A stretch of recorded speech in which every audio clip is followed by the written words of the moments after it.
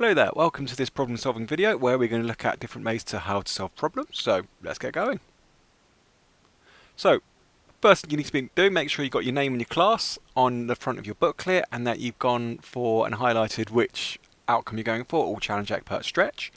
And let's crack on with this spelling test. So number one, the famous science fiction author who's written a lot about robotics is called Isaac Asimov. Isaac Asimov. Number two, robotics are used in many different ways. Robotics. Robotics. The evolution of robotics continues daily. Evolution. Evolution. Problem solving needs to be logical.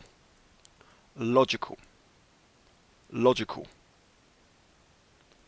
You can solve problems by using pseudocode. Pseudocode. Pseudocode. When you're problem solving and you're writing something out, you need to consider efficiency. Efficiency. Efficiency. Number 7, a Boolean statement is either 1 or 0, true or false. Boolean. Boolean.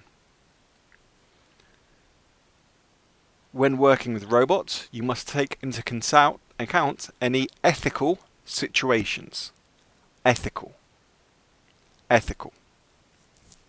Some robots are designed for usage in specific environmental areas. Environmental. Environmental. Environmental. There are different sorts of algorithms. Some are used specifically for searching. Searching. Searching.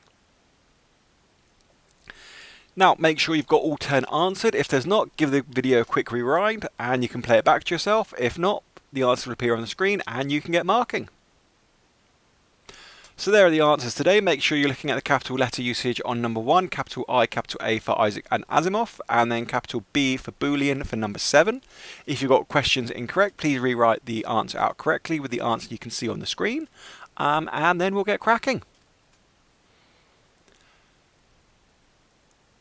So, we need to think about problem solving. Problem solving is really, really, really important.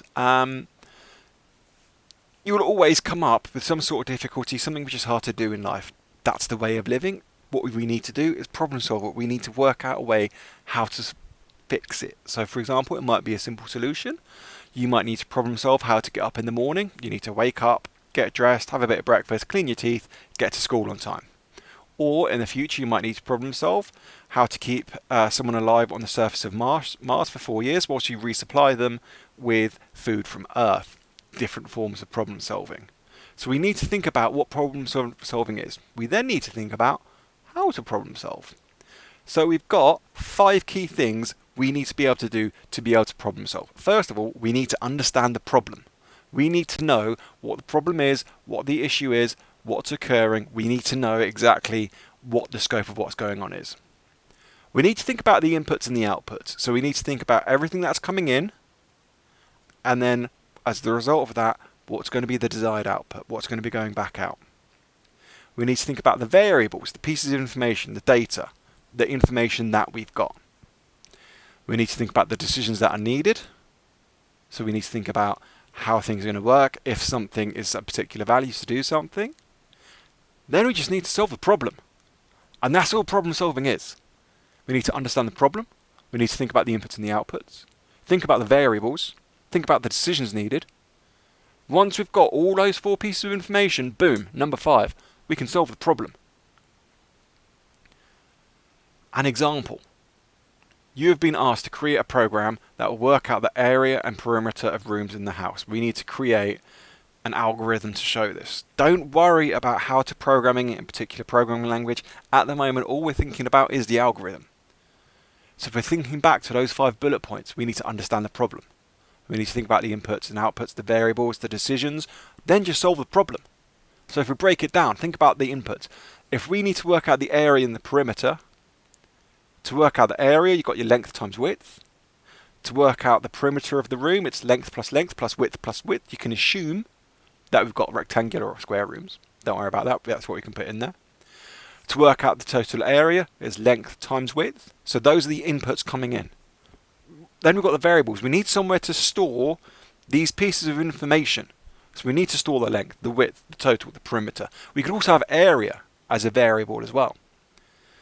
We need to think about the decision that we need here. We need to be working out the area at one point and the perimeter at another point. We need to be thinking about what we're going to do first. And that's completely up to you.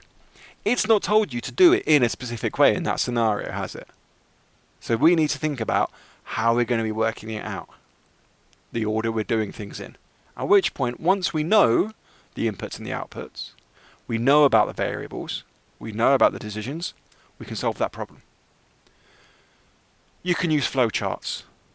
Flowcharts are a nice graphical way of solving problems using shapes.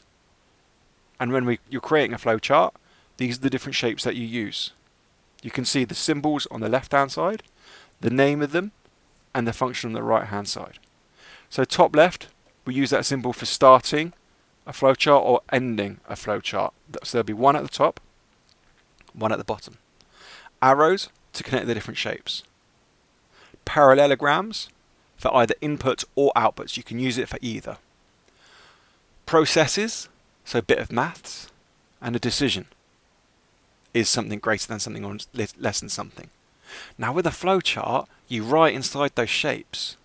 So you might have an oval at the top, which just says start. You then might have an arrow going down to a parallelogram which says input, please enter your name.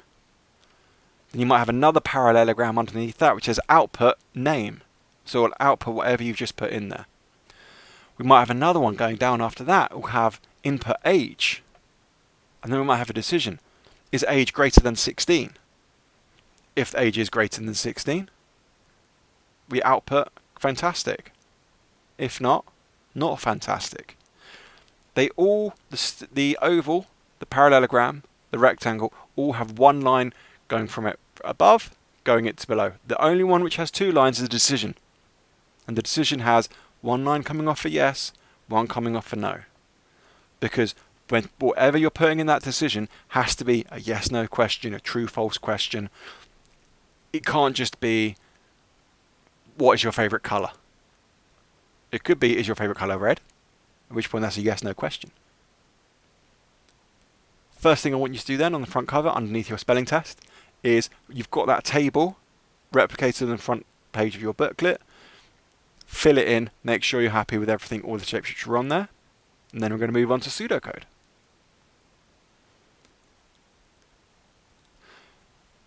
This is pseudocode. It looks a little bit like computer programming-y type language. I personally prefer problem solving using pseudocode because it works better for me in my head. There's no correct way. What's the best way of problem solving? Is it using pseudocode or flowcharts? That doesn't happen. You're happy using pseudocode, happy using flowcharts, or happy using either of them. It's completely up to you. If you then take this course for GCSE, doing it further onwards, there's no right or wrong answer for which one is better, which one is best. It's up to you. So here we've got some pseudocode. We've got top two lines here. Name and age are variables, and they're going to be assigned whatever gets input for who are you and how old are you. We're then creating another variable here, which is called age next year, is age plus 1, so whatever this value here is plus 1. And then we're saying if age is greater than 15, so this value here, you can't buy a ticket, else you can buy a ticket. So when we're looking at these lines of code here, they would be decisions. And we're saying if age is greater than 15, you can output, can't buy a lottery ticket, else you can. Down here, we've got if name equals Dave. So up here we've got a single equals, because that's used for assignment. We're assigning that value there to this variable name here. We're assigning whatever gets typed in here to the variable age here. This is used for comparison. So we are comparing whatever is in the variable name to Dave. So if name, what we've typed in, is equal to Dave, it's going to output hi Dave. Else, if name is equal to Bob, so this value here. So if we typed in Bob, it'll output, have you seen Bob? If we've typed in, say for example, Peter, it will output, you're not Dave or Bob, because neither of these values here will be true. So again, there's no correct way of writing an algorithm in the correct way. Some people prefer pseudocode because we can see the variables. If we think back to the beginning, we can think about the inputs and the outputs and the variables. I find it personally clearer to do it using pseudocode compared to flowcharts, but that's my own personal preference. But what we can do is we can do it nice and easily. So, in your booklet, you have got 2 questions, one on page 2, one on page 3. Simon has an electric car which can be driven at 400 miles before it needs to recharge its batteries. Create a flowchart that will allow Simon to enter the amount of miles he's driving on his next trip. If he's driving less than 400 miles, output a message which says he needs to have a nice drive. If he's driving over, output a message telling him he'll need to recharge during his time. If you fancy a bit of a challenge, there's also a challenge task on there as well. And then over on page 3, Peter owns a small zoo which features elephants, lions, frogs and rabbits. Amazing zoo. Create pseudocode that will allow Peter to input animals' names, which will then output how much food it needs to eat per day based on the following information. This is quite reliable information because I've done some Googling. So one elephant will eat 400 pounds worth of food per day, apparently. One lion will eat 16 pounds of food per day. A frog needs 0.5 pounds of food per day. And one rabbit needs 2 pounds of food per day. And again, you got a little bit of a sneaky challenge in there. Allow Peter to input the amount of animals he has to apply to multiply the amount of animals. So you've got challenge tasks on both of them. If you want to push yourself, definitely go for them. Before you get underway, just think back to how to problem solve. First thing you want to do is make sure you understand both those problems. Think about the inputs and the outputs. So we're thinking about Simon. Think about the inputs that we need for this. Think about the outputs that we need for this. Think about the variables. Think about the decisions we need to be thinking about for Simon. Solve the problem. And again, on the other side, think about Peter. Think about Peter's problem, what he needs to be having done on it. Think about the inputs and the outputs, the variables, the decisions, and then just solve the problem. Simple as that. Give the video a pause, and then we'll answer the key question in a minute. So today's key question, you've seen it on the bottom right-hand corner of your screen all the time. What do you prefer to use, flowcharts or pseudocode? There's not a right or wrong answer for today's key question, boys and girls. You know that because there is no right or wrong answer. What I'm interested in is your personal preference. Do you prefer to use flowcharts or pseudocode? Why do you prefer to use flowcharts or pseudocode? What is your reason for that being your preference? So again, I'm interested in seeing what you're thinking. So get that done. Make sure everything gets handed in on time, and I shall see you later on.